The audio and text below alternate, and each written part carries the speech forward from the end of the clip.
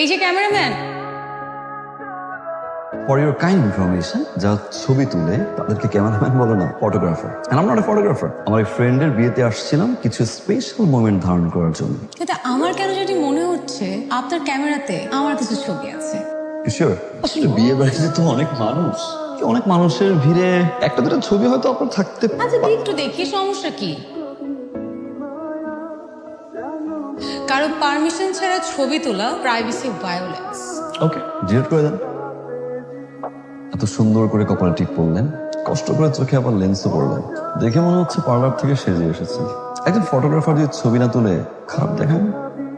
আপনি কি আমার সাথে বাই এনি চান্স ফ্লার্ট করছেন? ফ্লার্ট আমি করি না, যা বলি ডিরেক্টলি করি। চাইলে আপনি ডিলিট করতে পারেন, okay, no problem, it's your call. Delete আপনি করবেন, অবশ্যই করবেন, কিন্তু তার আগে আমাকে ছবিগুলো পাঠিয়ে দিবেন। হোয়াটসঅ্যাপ পাঠিয়ে দিন। হোয়াটসঅ্যাপে দিতে হবে কেন? আমি একটু ইমেল আইডি দিয়ে দিচ্ছি, ইমেল আইডি পাঠিয়ে দেবেন।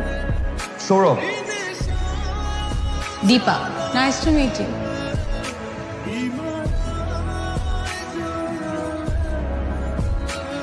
তুমি হেল্প করবেন। কি help mister cameraman? Photographer please. যারা ফটোগ্রাফার তারা তো শুধু ছবি তুলেই যায়, নিজের ছবি তো আসলে কেউ তুলে দেয় না, তাই বললাম। পারবেন না? আবার আমার আপনার ছবি তুলে দিতে হবে? বাবা, আরেকবার বাবা বলুন তো, ডেফিনেটলি বিয়ে করে যাবে কোনো ছেলে, যে কোনো ছেলে, আই প্রমিস।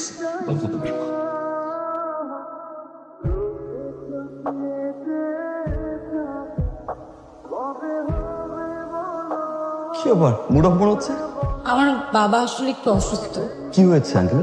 বাবার আসলে যে বিজনেসটা ছিল, বাবা সেখানে অনেক টাকা ইনভেস্ট করে ফেলে। তারপর যখন লস হয়, আস্তে আস্তে বাবা মেন্টালি অ্যান্ড ফিজিক্যালি সিক হয়ে পড়ে। এখনো ওই অবস্থায় আছে। সুস্থ হয়ে যাবে বাবা, আই প্রমিস। দোয়া করে দেবেন। সৌরভ নামটা অনেক সুন্দর। সৌরভ নামের অর্থ হচ্ছে ঘ্রাণ, সুন্দর ঘ্রাণ। দীপা নামটাও কিন্তু খারাপ না।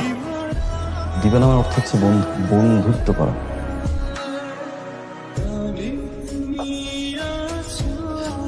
তোমার জন্য। আমার জন্য? হ্যাঁ। কি ফুল এটা? কি ফুল? এটা কৃষ্ণচূড়া। কৃষ্ণচূড়া?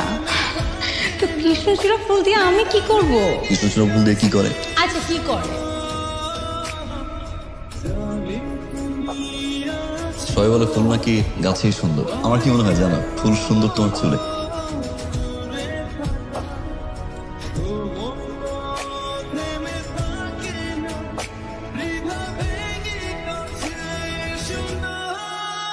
অনেক সুন্দর লাগছে। এটা মেয়ে সাজলে এত সুন্দর লাগে, জীবনে মনে হয় প্রথম দেখলাম। সাজার কারণ কি? মেয়েরা মাঝে মধ্যে অকারণেই সাজে, তাদের মায়াবতী হতে ভালো লাগে, তাই। তুমি কি মায়া হবে? শুধু আমার মায়া।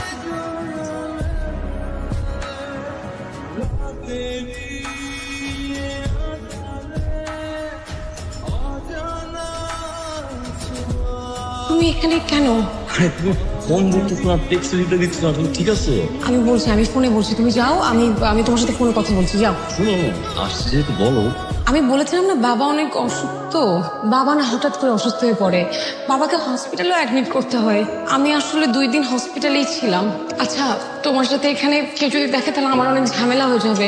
তুমি প্লিজ যাও, আমি তোমার সাথে ফোনে কথা বলবো। তুমি যাও প্লিজ। কালকে বিকেল আসো প্লিজ। আমি চেষ্টা করবো।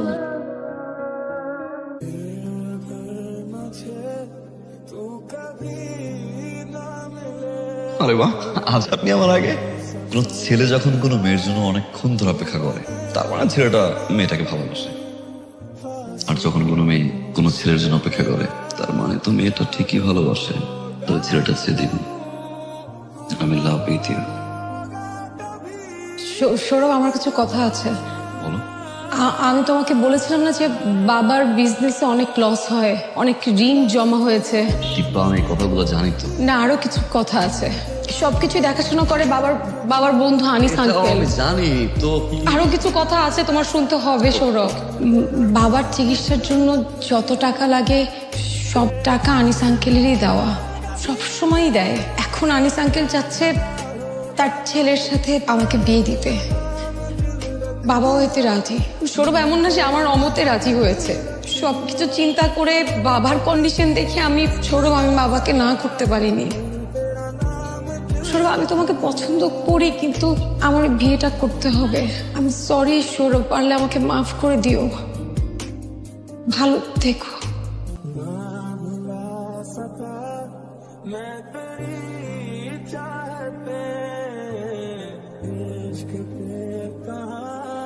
बस किसी का चले हो भी जाए मेरी सांसें